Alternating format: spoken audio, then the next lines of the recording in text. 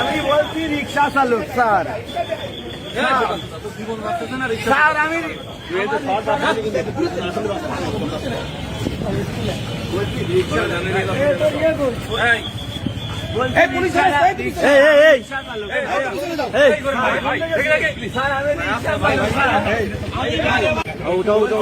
আগে আমার রিক্সা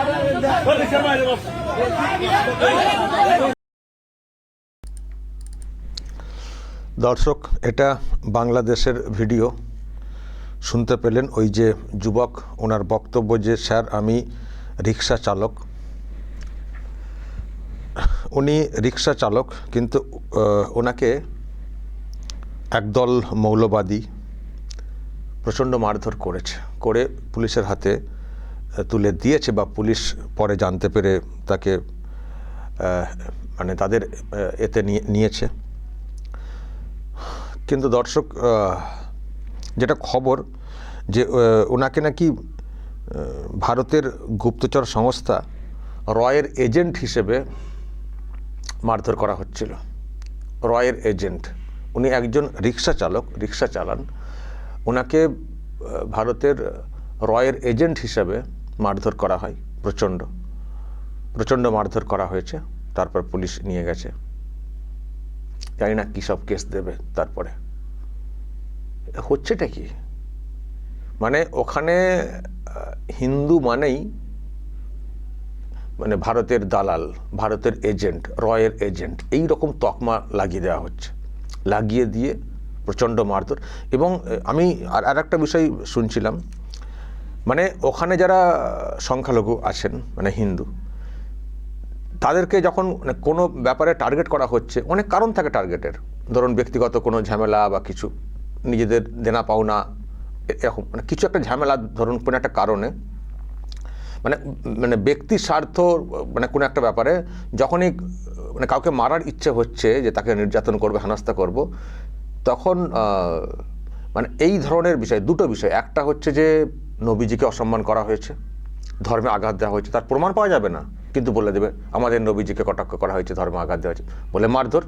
মানে নবীজিকে অসম্মান করা হয়েছে বা ধর্মকে অবমাননা করা হয়েছে বললে যেন মারধর করার একেবারে পুরো ছাড়পত্র পাওয়া যায়, একেবারে পুরো ছাড়পত্র পাওয়া যায়। জানি না এটা কী মুসলমান, এটা কী মুসলমান আমি জানি না।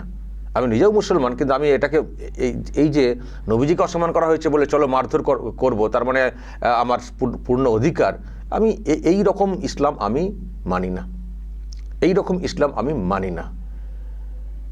সুতরাং এগুলো সব হচ্ছে বিকৃতি করা হচ্ছে, এবং তাদের মতো করে তাদের মানে উদ্দেশ্য পূরণের জন্য এইসব করা হচ্ছে। দেখবেন আলটিমেটলি খোঁজ নিয়ে দেখবেন সেরকম কিছুই হয়নি, তার কোনো একটা লোকের হয়তো ব্যক্তিগত তার রাগ ছিল কোনো কারণে, সেটাকে পোষানো হচ্ছে। আর সেই সঙ্গে আর একটা কারণ দেখানো হয়, রয়ের এজেন্ট, কিছু একটা বলে রয়ের এজেন্ট। আরে মানে এই একটা তকমা, রয়ের এজেন্ট মানে মানে বলে দিলে যেন মারধর করার ছাড়পত্র পাওয়া যায়, আর ধর্ম অবমাননা করা হয়েছে বললে যেন মারধর করার ছাড়পত্র পাওয়া যায়, বলে একেবারে সব দেশপ্রেমী, মানে রয়ের এজেন্ট না, মারতে হবে তো, দেশপ্রেমী সব সেজে গেছে, গিয়ে এরকম করেছে। কিন্তু দর্শক দেখুন যার চেহারা, এর নাম হচ্ছে গোপাল বিশ্বাস। গোপাল বিশ্বাস, ঝিনাইদহ জেলার ঘটনা, ঝিনাইদহ জেলার পৌরসভার গেটের সামনে গোপাল বিশ্বাস, নিরীহ একজন গরিব হিন্দু রিক্সা চালান, তাকে এরকম মারধর করা হয়, করে আবার পুলিশের হেফাজতে নিতে হয়েছে। সব উগ্র, সব বিরাট একেবারে ব্যাপার। খুব দুর্ভাগ্যের, অনেক ভিডিও সামনে আসছে এবং অনেক বক্তব্য সামনে আসছে, সবাই তো প্রকাশ্যে বলতে পারছে না। আমি গতকালকে একটা আপনাদেরকে বক্তব্য শুনিয়েছি, ওখানকার এক হিন্দু প্রফেসর, তার আকুতি বলবো, তারা কীভাবে রয়েছেন সেখানে, তার একটা ব্যাখ্যা দিয়েছেন একটি জায়গাতে। যারা দেখেননি দর্শক সেটা দেখে নেবেন। আর অনেক কল আসছে আমার কাছে, ওখান থেকে অনেক কল আসছে হোয়াটসঅ্যাপে, আমার সঙ্গে কথাও হচ্ছে। আবার সবাই তো কথা বলতে পারে না, তারা একটা কথাই বলছেন, খুব কষ্টে আছি দাদা, খুব কষ্টে আছি। দেখুন, কেউ কি দেশ ছেড়ে চলে যেতে চান বা চলে আসতে চান? ভারত না হয় ধর্মীয় অত্যাচারে এলে এখানে জায়গা দেবে বলেছে, সিএ পাস করে রেখেছে, কিন্তু তাতেও কি মানুষ কি আসতে চান? একটা মানে একটা মানে জন্মভিটে, সেখানে বেড়ে ওঠা, প্রত্যেকটা জায়গার সাক্ষী, ঘরের দেওয়াল, গাছপালা, পুকুর, মানে সাক্ষী, টাটকা, এগুলো ছেড়ে কেউ আসতে চান কিন্তু আসতে হচ্ছে অনেককে। তার মানে এইসবের পরেও যাদেরকে আসতে হচ্ছে, তার মানে তারা কতটা কষ্টে তারা মানে থাকছেন। অনেককে তো মেরে ফেলা হচ্ছে, অনেককে তো হুমকি, জায়গা জমি নিয়ে নেওয়া, এরকম অভিযোগ আসছে, এরকম আসছে। কমতে কমতে তো হিন্দু তো অনেক এমনিতেই কমে গেছে, আর পুরো বোঝাটা এসে ভারতের উপরে পড়ছে। একেবারে ওরা হিন্দুদেরকে ওইভাবে তাড়াচ্ছে, আবার নিজেরাও ঢুকে পড়ছে অবৈধভাবে। আবার বলছে, আবার এখানে কেউ বলেন কেন মুসলমানদেরকে কেন সিএতে জায়গা দেওয়া হলো না। আরে কি অবান্তর কথা বলেন, আমি মুসলমান হয়ে বলছি, কেন অবান্তর কথা বলছেন? ভারত মহান দেশ, ভারত বলেছে যদি ধর্মীয় অত্যাচারে কেউ আসেন নেব, শুধু হিন্দু না, খ্রিস্টান, বৌদ্ধ, যারা সংখ্যালঘু এইসব দেশগুলোতে, তাদেরকে আমরা জায়গা দেব। ধর্মীয় অত্যাচারে আসার ব্যাপারে তো মুসলমানরা ওখান থেকে কেন আসবেন? মুসলমানরা ওখান থেকে ধর্মীয় অত্যাচারে কেন আসবেন? ও তো মুসলিম প্রধান দেশ, বাংলাদেশ, পাকিস্তান, আফগানিস্তান মুসলিম প্রধান দেশ, তো ওখান থেকে ধর্মীয় অত্যাচারে কেন মানুষ আসবেন ওখান থেকে? তো যদি আসেন তার মানে অন্য ধান্দায় এসছেন, তো অন্য ধান্দাতে আসবেন, সেজন্য ভারত জায়গা দিয়ে দেবে, নাগরিকত্ব দিয়ে দেবে, এ কি আহমকের মতো কথা।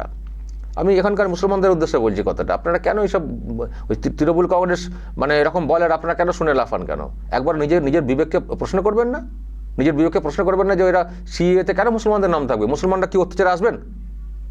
অন্য কারণে আসবেন, কেন তাকে জায়গা দেওয়া হবে? এটা হয় নাকি কখনো? কোনো দেশ দেয়? শুধু ভারত কেন, যে কোনো দেশের কথা বলুন, কোনো দেশ জায়গা দেয়? যে কেউ ঢুকে পড়লেন তাকে জায়গা দিতে হবে, হয়?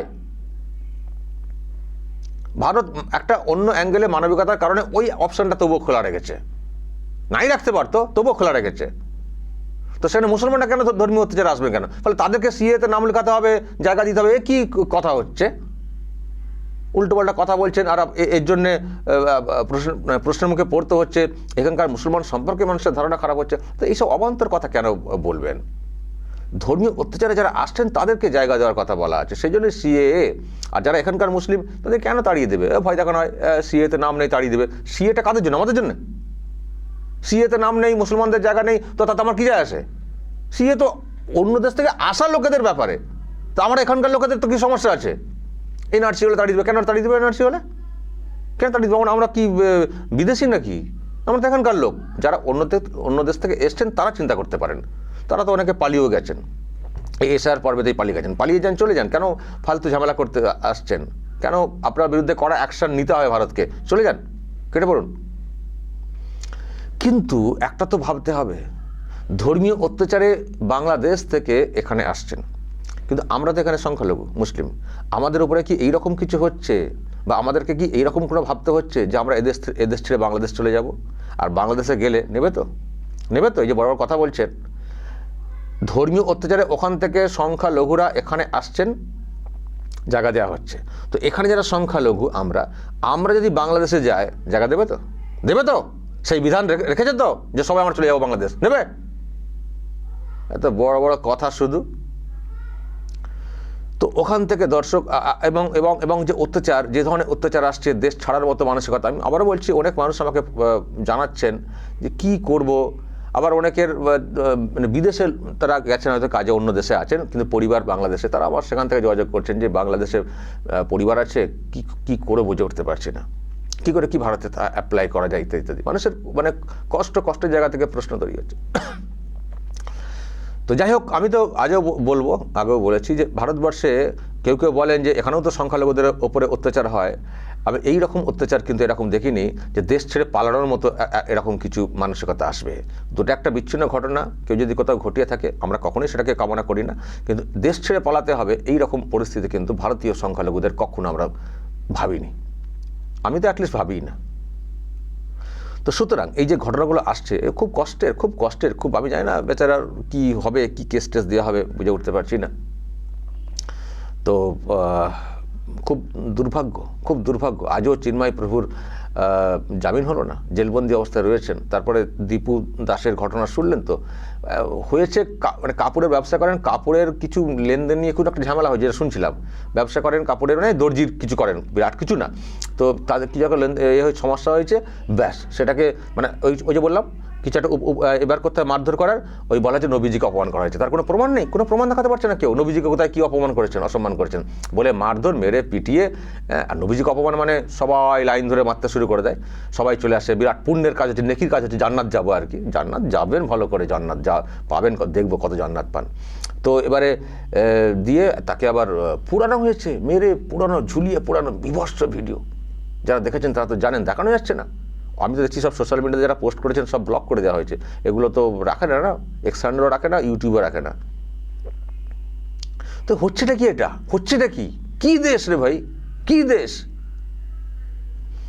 আজকে তো প্রধানমন্ত্রীর সভা আছে, ছিল মানে অনেক আগেই বক্তব্য রাখার কথা ছিল তাহেরপুরে।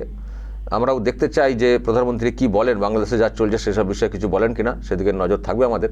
তবে ওখানে তো কুয়াশার কারণে হেলিকপ্টার নামতে পারেনি, আবার ব্যাক করেছে এয়ারপোর্ট, জানি না সেখান থেকে কী হবে, কি যাবেন সড়কপথে যাবেন বা কি হবে, সেদিকে তাকিয়ে থাকবো দর্শক। তো যাই হোক, এই হচ্ছে ব্যাপার। বাংলাদেশের আজকে ওটা সব ভিডিও সামনে আসছে, খুব দুশ্চিন্তায়, খুব খারাপ লাগছে। মানুষ তো না, আমরা অ্যাটলিস্ট মানুষ তো ওখানে যা শুরু হয়েছে, যে অবিচার অনাচার শুরু হয়েছে, মব জাস্টিসের নামে যে ক্রাইমগুলো চলছে, যাচ্ছে তাই কাণ্ড দর্শক, খুব খারাপ লাগছে বেচারাকে দেখে। আমি জানি না এনার ভাগ্যে কী আছে, পরিবারের ভাগ্যে কী আছে। দর্শক, যদি আপনাদের কিছু বলার থাকে বলবেন এবং নজর রাখবেন আরামবাগ টিভিতে।